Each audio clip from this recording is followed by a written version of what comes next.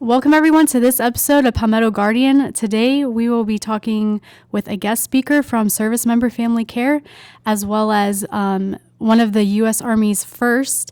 And we're also talking about pets and ice cream and what they have to do with this month.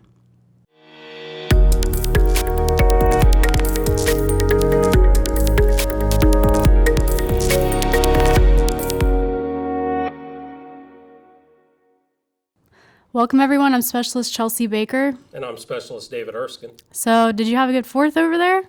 I did. We had a good 4th. We hung out at my mom's house. Fun? For a little while. Had some brisket tacos. Oh, yeah. How was the brisket? It was good. Good? It was good. Worth the wait? That old man can cook. He can cook. Lots of years of experience. Yeah, there's other things he can do, but good Lord, he can cook. My stepfather, brisket was amazing. Of course, you'd have to go to my mom's house to understand, but she cooks, or they cook for a small army, mostly because of my sister. She'd be upset if I said that. But she knows how it is. No, she's good. But a huge pan of baked beans and double helping of macaroni and cheese. We had coleslaw. Coleslaw is a thing too, I guess. It could be. Yeah. But we had coleslaw and brisket and pork, and I mean there was 9 of us there. We could have fed a whole platoon with everything. We had homemade bread. Oh my gosh, y'all had everything. Yeah, homemade bread, banana pudding. We had 2 desserts: banana pudding and a flag angel food cake. It was. Did you even make it to dessert? I had to take a break between dinner and dessert. I had to sit it out for a little bit and went back in. But yeah, it was angel food cake with Cool Whip on top of it and strawberries. And blueberries. Yeah, done all up flag style. So we hung out over there for a few hours and whatnot. We didn't do fireworks. The weather's been kind of crappy lately. Yeah, it's been hot all day up till that point, and so I mean it's been kind of super dry around here anyway. Yeah. And then we had the storms that afternoon. Mm-hmm. But yeah, we didn't shoot them. My cul-de-sac's kind of quiet. We had some neighbors and stuff shooting, so we just watched their stuff. Yeah. From the air-conditioned house for free. It's my favorite way to do things. Just open the blinds and look out the window. But it was good. It was good. How about you? Yeah, I just went and hung out with some friends. They cooked on the grill, so we had some burgers. Not as elaborate as you did, but it was still fun to get out and hang out with them. I don't get to see them that often, but yeah. And then driving home from the interstate, I could see all the fireworks on the side of the interstate. So it was a free show in the air conditioning for me. That's right. It was a mobile show. You got to see multiple shows at one time. Exactly. That's good. That's good. So this week, there's not really much going on, but the 11th, there's a lot. So it's National All-American Pet Photo Day. All-American Pet Photo Day. Yeah, I don't know who comes up with these national days, but I want to be a part of it. So do you put your dog in a Captain America suit? People dress up all their animals, and it's just not cats and dogs. I mean, it's any kind of animal, and just post it on social media with the hashtag and see where it goes. Yeah. That's wild. I'd be interested to see maybe what kind of photos come out of that. Yeah, if anybody listening or even watching on YouTube, leave us some comments with your photos. And on our Facebook, definitely post photos of your animals. Your All-American Animal Day photos. Yeah. It could be cool. I want to see a Captain America dog now. I mean, I want to see somebody. Why don't you dress up your dog? My dog's old. My dog dresses up as a rug. That's what he dresses up as. A black and white rug. He holds tile down. That's all he does. He wakes up long enough to eat, go outside, and comes back in. That's his thing. That's what he does. He fits in great with the family. But it'd be fun. It'd be interesting. To see what. So definitely send us your pictures so that we can have a good laugh, I guess, or be creative. Be creative. Yeah. Be creative. I'm trying to think of some creative things. Oh, I'm sure you got plenty. America. We got to, I don't know. Maybe I will dress up my dog for. I feel like you should. I don't know if he can take it. No. He's old. We'll get. You have a cat. You can dress up the cat. Oh Lord, the cat. I don't know about the cat. She's lazy too. She's just not old. All my animals are lazy. which is great. Well, they say that your animal is a direct reflection of their owner. Yes, So. yes, we are. And that's how we like it in this house. So, yeah. Well, not only is it All-American Pet Photo Day, but a very long time ago, 1924 to be exact, the U.S. Army flew their first round-the-world trip. Huh. I wonder what a ticket for that cost back in the day. Well, probably then a couple pennies, but now probably a chunk of money. Yeah, that's pretty cool. Yeah, around the world flight for the Army, 1924. Of course, the Army Air Corps wasn't around at that point in time yet. Didn't see them come until 1926, which they would later break out in 1947 to become the Air Force, as we are today. You're just a walking encyclopedia Go over Air here. Force, prior Air Force. So there's my Air Force folks out there. Actually, that's where I started my career. But yeah, world flight, You know how many days it took them? Just take a wild guess. I don't know. It's the Army. So I don't know. I'd say I'm going to go with 75. You were one more number. 76? No, I meant like in front of it. It took 175? it took them 175 days. What did they do it in, a hot air balloon? I don't know. I mean, planes were so different back then than they are now. I mean, they have a private on a hot air balloon with a fan behind him, like waving the fan, keep the balloon going? Maybe. I don't know. I mean, it's still an accomplishment, though. Yeah. I'm making a little fun of it, but, back then, I mean, that'd have been a scary thing, Oh, yeah, definitely. around the world flight, and obviously they didn't have technology or fuel capacities or using even the same type of fuels and stuff and a lot of stuff. We should get somebody on here from aviation Yeah, we should. and talk Give us a little history lesson on aviation. Talk about how the Army aviation has progressed over the years and how it's changed. We should probably get an Air Force person in here. Yeah. Maybe an Air Force pilot to come talk to us about. People are always interested in flying. Yeah. The I mean, they have a cool job. The F-16s are sexy as they were, the terminology we use for them. But yeah, I mean, because it's not something you just run out on every day. You're not driving or stopping into the Harris Teeter or Food Line or something like that. I'm like, look, there's an F-16 parked in the parking lot. When I was younger, my brothers used to joke and say, by the time I was old enough to drive, we would have flying cars.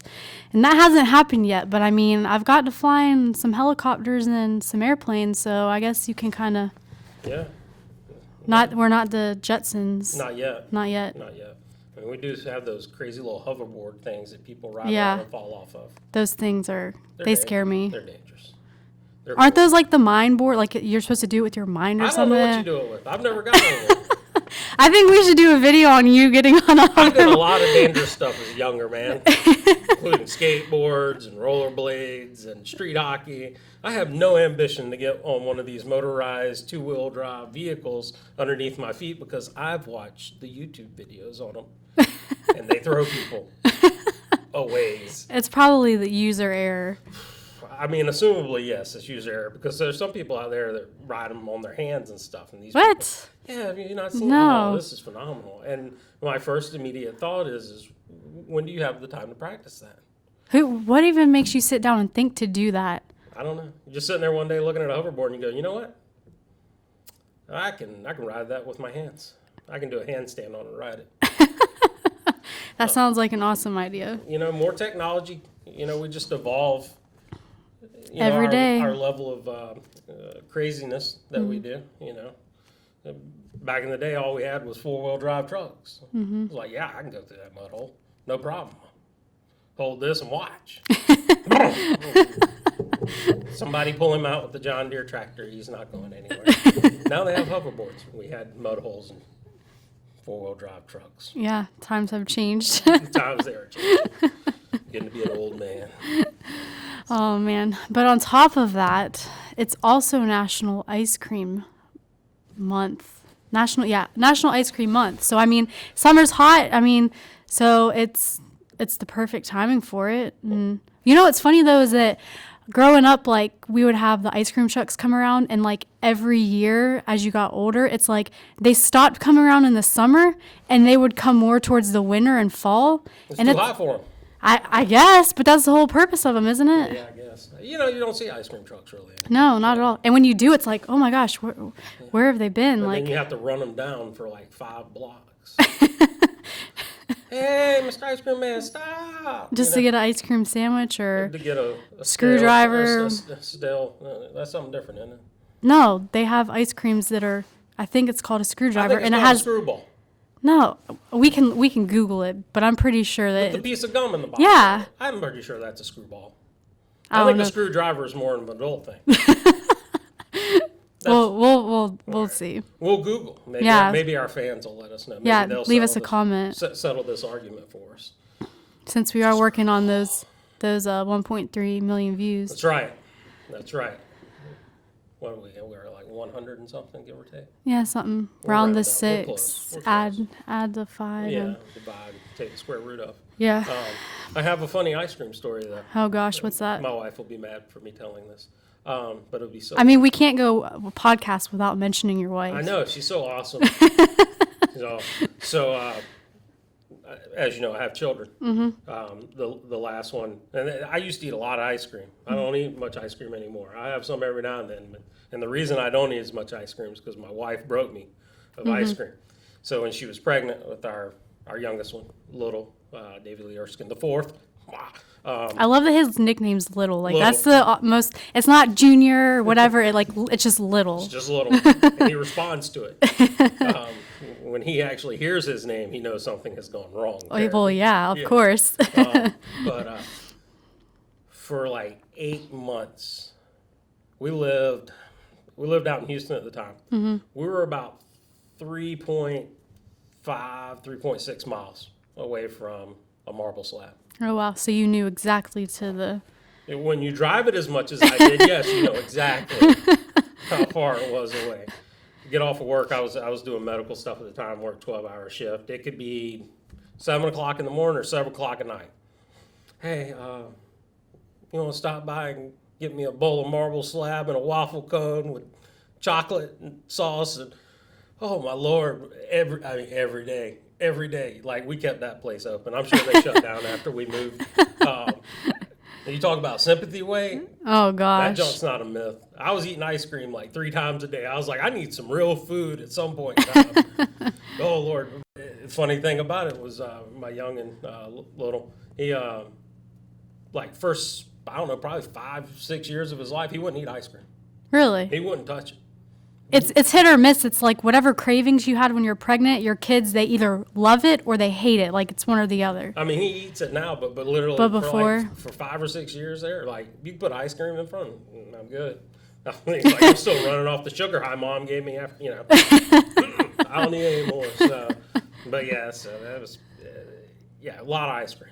A lot of ice cream. I didn't even know a human Could eat that much? consume that level of ice cream, but she did. She was pro. Had I She been, could eat an ice cream eating contest. and that's and win. if I was a little bit more entrepreneur, that's what I should have done. I could have knocked out 2 birds, 1 stone. Yeah. Could have got her all the ice cream she needed and made some money on the side. She'd been out there. I've been taking bets out in the crowd. Like you see the little female right there, about 5'2" with a round tummy, youngin' in it. She's winning this. How much you want to put on it? Let's go. She's 2 gallons easy. She's not even gonna take a breath. She won't even flinch. She won't even flinch at 2 gallons. So I'm still getting in trouble when she watches this. Yeah. But it's going to be worth it. But anyway. But hey, it's National Ice Cream Month. So it's National Ice Cream Month. So yeah, go back out and grab you some ice cream. What's your favorite flavor? My favorite flavor is mint chocolate chip. All you mint people, man. I don't know why, but it's so good. Like, I'm not picky when it comes to ice cream. I'll pretty much eat anything, but I don't know why. Anything mint chocolate chip, like, that's my favorite. So that's what my wife and my son buy. And I can't No. get on the mint chocolate chip. Anything mint. That's how I know they don't want to share with me. They're like, oh, we don't want Dad to eat our ice cream, so we're getting mint chocolate They'll chip. bring mint chocolate chip home, and they'll be like, we got ice cream. I'm like, yeah, I'm excited. I go in there and I'm like, hey, this is mint chocolate chip. Oh, you don't like mint chocolate? No, not in 15 years that we've been together have I liked mint chocolate chip. Bring me some coffee or some Neapolitan or just straight up chocolate. I'm good with Rocky Road. Rocky Road, turtle tracks. Praline, that was a big thing deployed. Yeah, pralines. Yeah, because like there was like 3 you could choose from, and it was like chocolate, vanilla, and praline like had all the good stuff. Oh, yeah. But then everybody would eat it like right away, so then you would have to wait several weeks before they got more. I like the strawberry and cream ice cream also. It's not Yeah. strawberry ice cream, but it's like a vanilla cream with the strawberries in it. Now that reminds me, now like talking about technology evolving, but I mean like even food is evolving. Like it's not just ice cream anymore. Like they have gelato and you have your frozen yogurt and all that. But a couple weekends ago, I was down at the beach and driving home, found an ice cream shop and walked in, and it was one of those ones that they roll it. Mm-hmm. Like they make it in front of you, and whatever the little machine thing is, it like freezes it and then they roll it. I was like so amazed. I was like, where did they come up with this? Like, Yeah. It was crazy. Did they have the Dragon Balls there too? What is that? Those? It's like corn puff type thing, and they're colored, but they put them in liquid nitrogen. I think is what they do, but they freeze them, and so when you bite them, you blow. I've heard of you the- blow smoke like a dragon. Is there anywhere around here that has this? Yeah, there's a mall. The mall? Mall has a place like that, but I remember hearing about that a while ago, but I haven't heard about it since. yeah, they got it. But I thought the rolling thing was, I mean, they're like, They do that too. They do the rolling ice cream at Yeah. that place. That's the only reason I knew. That was the connection I made with oh, them. gotcha. Yeah. So, so there you go. National Ice Cream Month. Take a picture of your dog in a Captain American outfit With ice cream. with ice cream. Yeah.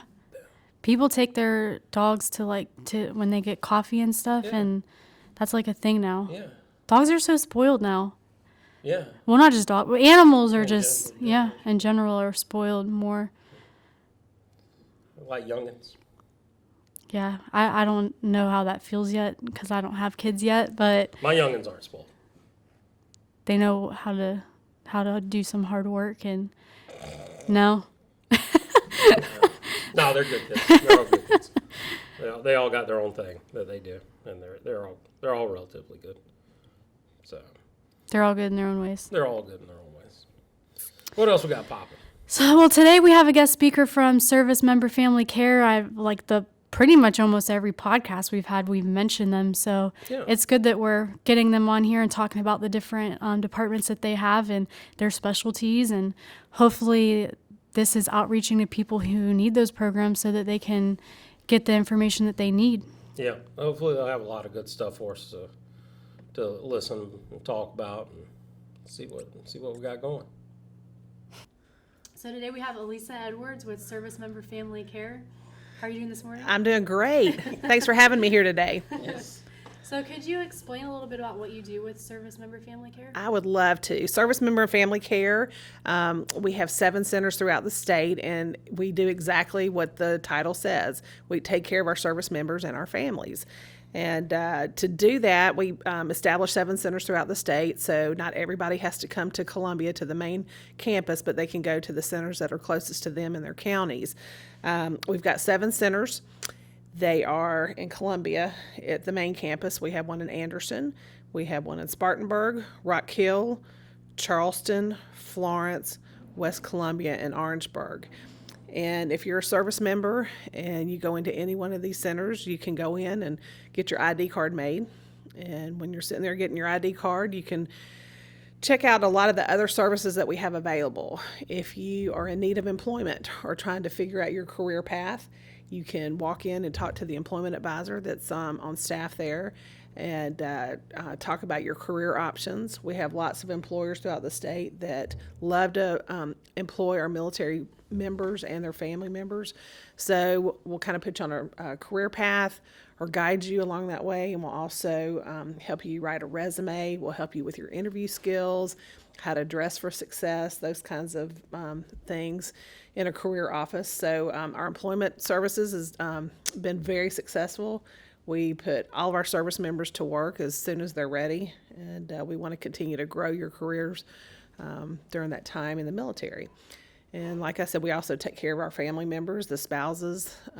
There's a lot of companies out there that love to hire the military spouses. They understand the sacrifices that they make as well, and they love to hire their teenage children. So when it's time for junior to start working, our employees out there will do that as well. We also, at our centers that we have our veteran advisors, and our veteran advisors are those that have a wealth of resources available to our service members. So if you have entitlements, you have educational benefits, you have VA benefits, there's a lot of different things that are entitled to our service members, and these veteran advisors will help gather that information and help you get what you need.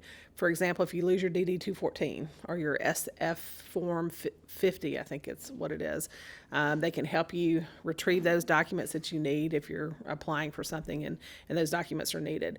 If you become homeless or you know of a homeless veteran, they've got a lot of resources out there that help service members and their families, in our state. If you've got to go to the VA and navigate the waters of the VA, these veteran advisors are experts in navigating those waters. They'll make sure that you get all your paperwork together, and so you don't have to make 3 or 4 trips. You can have everything knocked out the first time. So they're a great resource to have. If you have any questions, they're great to pick up the phone and call. So utilize your veteran advisors. They're here for you. We also have our behavioral health counselors. Sometimes life gets hard and you just need somebody to talk to. Our behavioral health counselors, they're when you pick up the phone and call them, they're 100% confidential.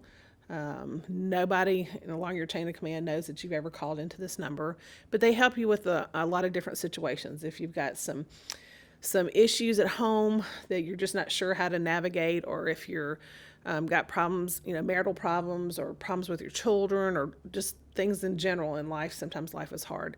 They're there to help you get through those tough times. And it's nice to have a friendly voice on the other end, and our counselors will be glad to meet with you. They have offices in our 7 centers, and they also will meet you out in public at a Starbucks somewhere if you just, need to talk and kind of gather your thoughts and just kind of have a mental health checkup is what I like to call them. We also have our R3SP section. So that section really works with suicide prevention. A loss of one soldier is a loss too many. And so our suicide prevention really works with service members that may have some of those ideations, but we do a lot of education and promotion of mental health and really try to help those soldiers who may even have those thoughts. We have a sexual assault program. No means no, but sometimes bad things happen, and so our sexual assault program will help those victims and also educate our service members on what goes on with that. And then we also have our substance abuse program. And sometimes our soldiers, they may drink too much. They may get into substance abuse. And if they fall into that pattern, we want to try to help them out, and we don't want them to end their careers, especially if they realize they've done something wrong and they want to self-identify that maybe they have a drinking problem or maybe they have a drug problem. If they self-identify right away, we can certainly help them through the process and not jeopardize their career. And once again, it remains confidential. All of our programs for our service members do, and we want to make sure that our service members have the best career possible. And we've got all these opportunities out there for them. So what kind of questions can I answer for you today? Well, actually, we've been, I don't know if we've had a podcast really where we haven't made mention of service member family care in some way or another. Right. Just because y'all have so many services down there. I think we've made mention, and you said the one-stop shop things, but that's really what it is. You come in and, and the thing is we were talking about this before, is you can be passed, if you go in and say you're having, mental health related, issues, and come to find out the reason you're having mental health issues is because your finances are bad because the job you're working at is not paying enough. Well, y'all have finance advisors and you have employment services folks, and so you can start getting all that kind of fixed right there. But the other cool thing about y'all is y'all are a super joint area. And when I say super joint, it's not just Army and Air Force folks. It's Army and Air Force and civilians and veterans and, all of y'all. And I think that brings a unique dynamic to y'all's program, is the fact that y'all aren't all just guard related, and that's a good point. We like to help everybody that's ever worn the uniform. It doesn't matter which branch of service. It doesn't matter that we're housed at the South Carolina National Guard Armory. It's just that those armories are in our communities, and we're taking care of our soldiers that are in our communities. So we like to help everybody, every branch of service. We consider ourselves purple, which covers all the branches of service, and we want to take care of everybody and their families. So we want to make sure our South Carolina is still one of the best military-friendly states in the nation, and we continue to work towards that every year. And we like to take care of our own. Now, I've done some work with y'all in employment services, doing some video stuff, and I tell you what, y'all's connections throughout the state and the people y'all work with, not only private industry folks around here, but also at our legislative level and stuff like that. Y'all have a network, and that's a big thing. We have a great network, so we have done a very good job. The employment advisors throughout the state, they get out there in the communities, and a lot of our corporations out there love to hire our military folks. They love the leadership and the work ethic that they bring to the table, and so we've really gone out and promoted our military veterans and our military service members to these employers, and they immediately see the value. Once they've hired a couple of our veterans, they're like, I want 2 or 3 more just like this one. They're far superior out there, our veterans are, and our service members, and making those community connections with those employers out there has been a really win-win for our veterans in the state. So we continue to call on those new companies, those new startup companies. They'll call up and say, hey, we heard that our veterans in South Carolina are the best, or our service members are some of the best in the state. Can we hire 600 to 800 of y'all? So we certainly get the word out. We've been very successful in employing everyone, and anybody that walks in to get a job, we'll assess them and figure out the right career path, and then we'll match them up with those employers looking for that skill set. So it's been very, very successful, and we like to keep our unemployment rate in the Guard very low, as well as our veteran unemployment rate in our state is at an all-time low as well. So come see one of our employment advisors. We do have career fairs throughout the state, throughout the year. We put on about 14 events, and then we participate in quite a few others throughout the year. So we're out there talking to employers every single day. And we've got that connection, and we make that connection through something called Operation Palmetto Employment. Our service members and our employers can go online at the Operation Palmetto Employment website, and they can register. The service member can register for free and upload their resume, and then the employers can search online for free for talented individuals with a certain skill set that they're looking for. So the Operation Palmetto Employment website is the place to go if you're an employer and you want to look for some military talent. And then if you're a service member and you want to just upload your resume and get noticed by a company that's military friendly, Operation Palmetto Employment is the website as well. You made mention of it when you were talking just a second ago, and we actually talked about it last week, because we talked a little bit about employment services and what y'all have done for the veterans and airmen, soldiers of the area. But one thing we were talking about was the translation of skills from military to civilian. And I remember when I was doing the video work with y'all and we were interviewing some of the different employers in the state, they kept bringing up the word soft skills. And for especially any military member might not understand what soft skill and how to translate our stuff, but definitely younger soldiers might not know that, but that's something y'all do. Y'all plug that piece in. We do plug in the soft skills, and those being just being able to show up to work on time, and those are skills that are sometimes are a pastime now, that employers have a hard time finding people that are dependable. They show up to work on time. You give them a mission, give them a job, and they can complete it. So that's something that's ingrained in our military folks, and our employers recognize that. So a nice friendly attitude, a can-do attitude. Yes, I can do that. You give a veteran or a service member any task, and they will try and get everything completed, and they'll get it done that day. And it doesn't matter, if it's 5 o'clock, they'll wait till the task is completed before they leave for the day. So our employers recognize that value in those soft skills. And, one thing that we promote with our service members, if you've got the right attitude, you're trainable, and anybody can teach you anything if you've got the right attitude. And our service members have a great attitude, and they can take on any kind of task that's put before them.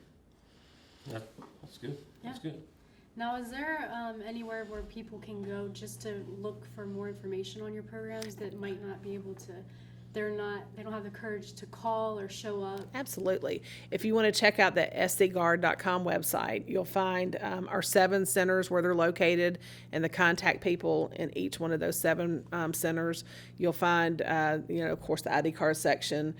Some of them have limited hours, so if you're, going to get an ID card, you just want to find out if they're open between 9 and 3 or Mondays, Wednesdays, and Fridays. Some of them have different hours, but you can always check the website for that.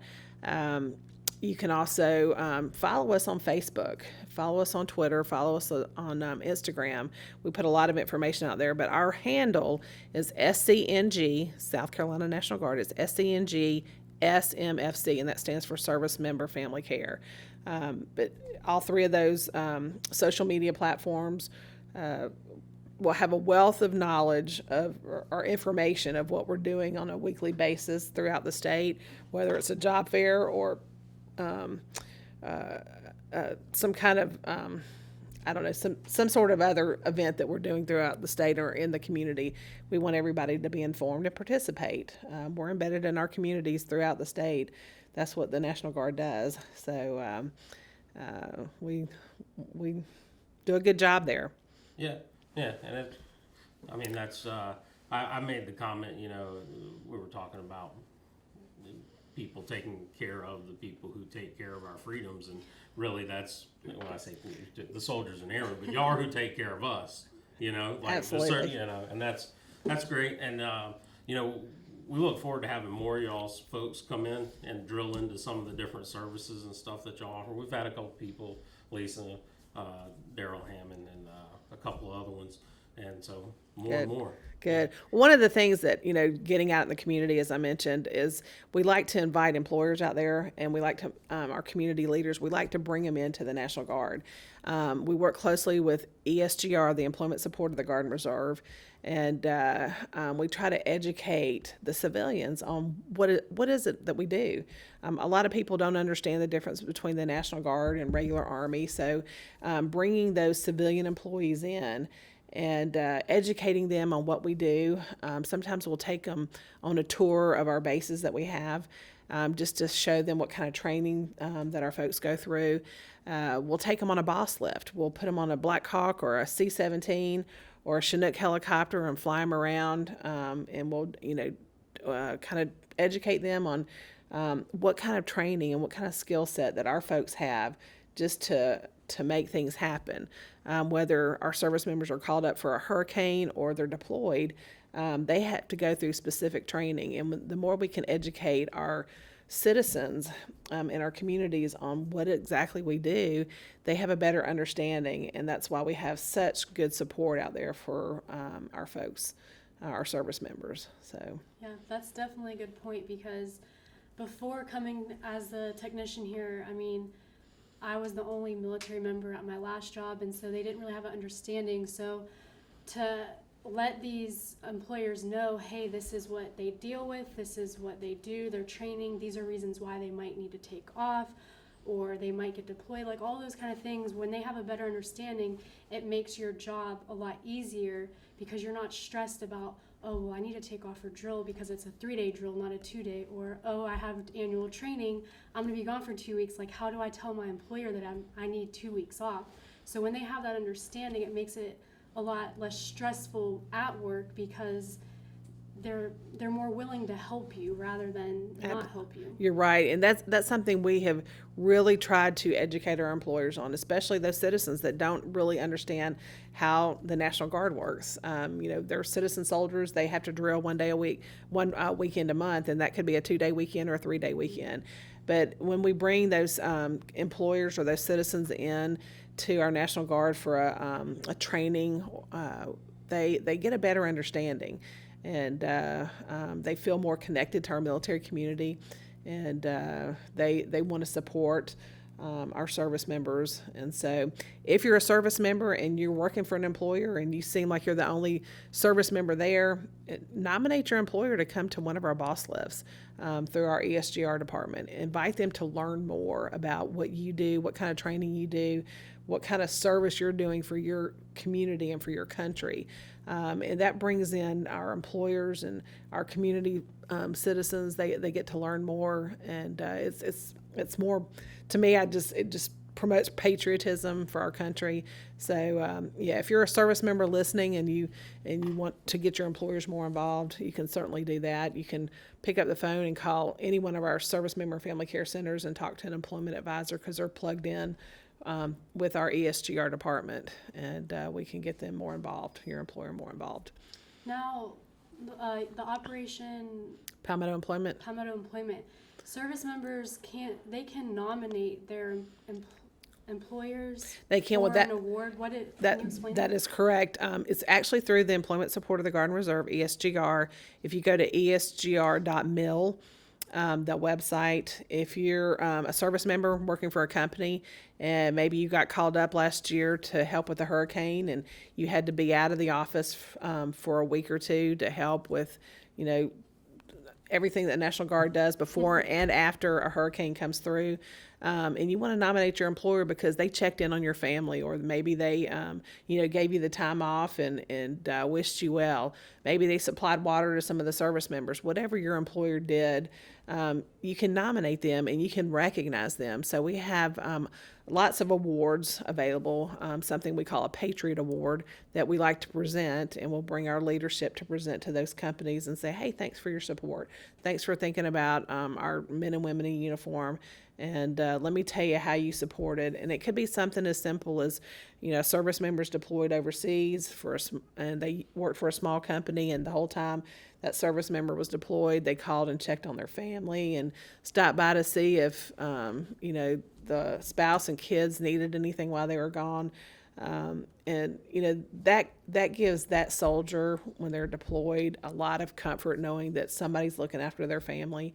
We've got family assistant specialists in place throughout the state to look after families, but when the employers step in and help as well, we want to recognize that and just say, just a thank you.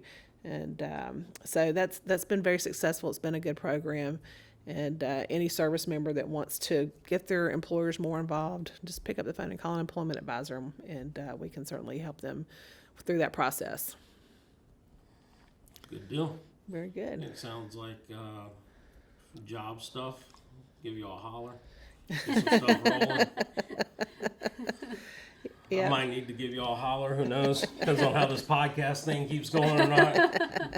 Well, we certainly can help you. We love helping people. I think you'll find most of the folks that work with service member family care, they're here because they have a heart, and they really care about our service members. And there's a lot of smart people around that could probably be doing bigger and better things, but they really care about our service members and their families, and it shows. And a lot of them go the extra mile to make sure that everyone's taken care of and they have all their needs met. Okay, well, there you go. Service member.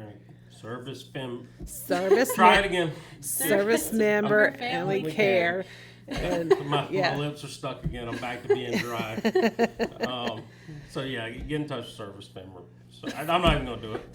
Get in touch with service member family care, or follow us on Facebook, Twitter, and Instagram at SCNG SMFC. I'm glad somebody else messed something up other than me. Thank you. Appreciate you stopping by. All right. Bye-bye. So it was nice having Elise stop in today from Service Member Family Care. Yeah. a lot of good information. If, like I said, if you're looking for a job, and of course, the other services and stuff that Service Member Family Care. But like we said before, those folks down there, they're working hard for us, for our families and the veterans in the community. And like I said before, having a job's a big deal. Whether you need a job or looking to improve, they've got it. They got the career fairs. They've got the resumes, resume and building and all that kind of stuff. interview, helping with interviews, sit-down interviews. Yeah. So good folks to talk to. Yeah, definitely. We look forward to having more people from Service Member Family Care up here. They got a lot of services, and we'll keep working through them as they want to come talk to us. Pass along information to the audience members out there on YouTube and wherever you may be, iTunes, Spotify, Divots. I think that's everywhere we're at right now. Yeah. So, yeah, you have to go check that out. But, we're moving along pretty good with the show, and all that's been going well. And like I said before, more and more people are starting to show interest in it. We are going to have a big one towards the end of this month with the Adjutant General of South Carolina for his town hall meeting thing. So that one should be good. We're in the process of getting all prepped up and ready for that. So it'll be interesting to see what kind of questions the community has for him and what his responses are going to be to him. Yeah. And if you have questions, you have until, the 19th, I think? Yeah, I think to get them sent in. If you do have a question, whether you're civilian tech or military, air, army, whatever in between, if you got a question, send it in, and hopefully, he'll have an answer. It's a limited show. Yeah. We got an hour. Obviously not going to be able to answer every question because I'm sure there's hundreds, if not thousands of questions, which is good that people are, thinking about how to improve their work situation, the guard situation, how to make us better and more functional and effective in our skills and our training and our work environments. I mean, all that's good, and it's glad to see people interact and want to have a voice in that situation, and that's what it's about. But, we are limited on how much time we can take. So yeah, we might have to do like a 2-part or a 3-part, we'll maybe see. once a quarter. I don't know, something. We'll see how well it goes. Because that's something else we've talked about. We want to start getting some of the leadership down here on here and have them talk about the guard as a big picture. Well, especially because we've had a lot of new leadership in the last several months, and a lot of newer soldiers might not know who they are or what their positions are or what they do. They might see the face or heard the name. So it'd be good to put the 2 and 2 together so that they can have a better understanding of how things work. Yeah, because the level that they're at, they're obviously big picture. I mean, me and you were in our little corner of the world down here. We do public affairs podcast or whatnot, so we're obviously our viewpoint is always from a public affairs type standpoint. But there's a whole other guard, out there, and then these folks are looking at it and working it from that level. So it's nice to have an opportunity, I guess, to gather some of that understanding for all soldiers. Folks have been here for 20 years and folks that have been here for 20 days. So I think, and our leadership has never had a problem coming in and doing interviews and stuff like that. So, we'll start reaching out, and then, for the folks out there listening, if you're in a leadership position, or even if you're just a part of a unique group or whatever, and you want to come in on the podcast or see if we can get you in to talk about stuff, by all means, reach out to us. Yeah. Doesn't hurt our feelings. More We haven't said no yet, so. We haven't said no yet. See if you can be the first. See if you can push the boundary where we find the no answer instead of the yes answer. No, please don't do that. But that's what this is for. I've always looked at public affairs as a morale thing more than anything for soldiers and airmen. It gives them a voice, and it helps pass along information, and it helps highlight them and their stories. And there's so many unique stories in the Guard. And so, I'd love to have whoever. You if you got something interesting or educational or, even just fun, yeah, let us know. Let's give it a shot. Let's see if we can make it work. We still have a list of people that are still wanting to be on here, and we're going to work them in along with education folks. But, right now with this, 1 a week pace, we got plenty of time to get you in. Yeah. Got plenty of time. Might not be next week, but we'll get you in. So yeah, it sounds like a plan. Yeah. Hit us up, social media, email us, whatever. See what we can do. I'm Specialist Chelsea Baker, And I'm Specialist David Erskine. and we'll catch you in the next episode.